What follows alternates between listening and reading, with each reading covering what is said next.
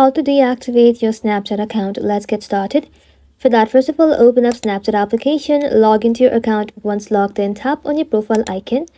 Inside here, you need to go and simply tap on settings like icon. Inside settings, scroll down until you find an option that says delete account. Tap on delete account, tap on continue. And now inside here, you want to go ahead and simply log in to your account. Once you have logged into your account, you need to go ahead and simply tap on delete account one more time to confirm your decision. Snapchat first puts your account into deactivation period, so you'll be taken to the account deactivation page. Enter your username and then password. After that, simply tap on continue.